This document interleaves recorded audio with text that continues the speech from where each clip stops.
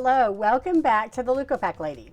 In the last episode, I discussed how donor strategy impacts the cost of goods and financial risk, along with impacting functional aspects of manufacturing. Today, I want to explain why those risks become unavoidable as your program scales. As you scale, variability compounds and becomes an inevitable problem. And if you think that this really isn't a problem or it won't impact you, let me start with a true story from a developer contact of mine. Their program was not concerned with donor variability early on in their development and phase 1 trials. They did not invoke a donor screening strategy and made it a point to accept all donor material for manufacturing as long as it was generically GMP compliant. But as they scaled towards phase 2 trials, they noticed issues in manufacturing success and then in clinical outcomes. Now, as the FDA is reviewing their trial data, the company is not sure whether they will get approval for additional trials because of these issues. And they're now realizing that if they do get a chance to perform additional trials, they must specifically address donor variability and develop a better donor screening strategy if they ever want a chance at commercialization. This is their reality. So why do early stage programs underestimate or ignore variability? First, they make small batch sizes and limited numbers of batches for those developmental runs and early trials. And depending on where they source their starting material, the donor pool may be largely uncharacterized. And really, at this stage, they don't know enough about the impact of donor biology on their manufacturing processes and therapy function to develop an effective donor strategy. And one of the top reasons, though, is that they want to engineer their processes to be as flexible as possible. And when variability appears, manufacturing teams simply compensate. They adjust process conditions or release criteria to accommodate a wide range of starting material.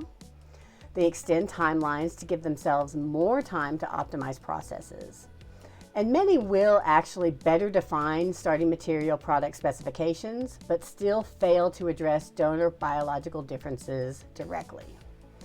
And at smaller scale, variability seems manageable by focusing on improving processes and protocols.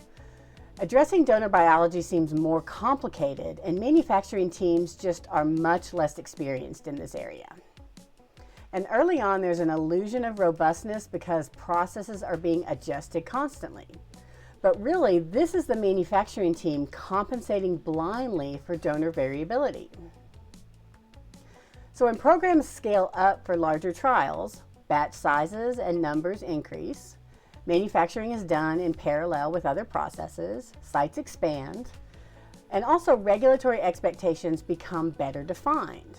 And this is when variability becomes statistically visible, process flexibility decreases, and small inefficiencies compound. And then donor variability becomes a significant cost driver. Variability in yield, viability, and function translates into inconsistent batch outcomes, increased cost of goods, unpredictable recurring costs, more deviations to manage, and increased risk of regulatory roadblocks. So what are the solutions? I've addressed some of these in past episodes. They include defining in the R&D and early process development phase the important biological aspects that affect manufacturing success and function of the produced therapy, demanding from collectors that donors be better characterized before their cells are ever collected, so you're only testing and using cells from the best donors to begin with. You can also design batching and pooling strategies from the beginning to help smooth out donor-to-donor variability. So join me for the next episode where I expound on pooling and batching strategies to reduce the consequences of variability. See you then.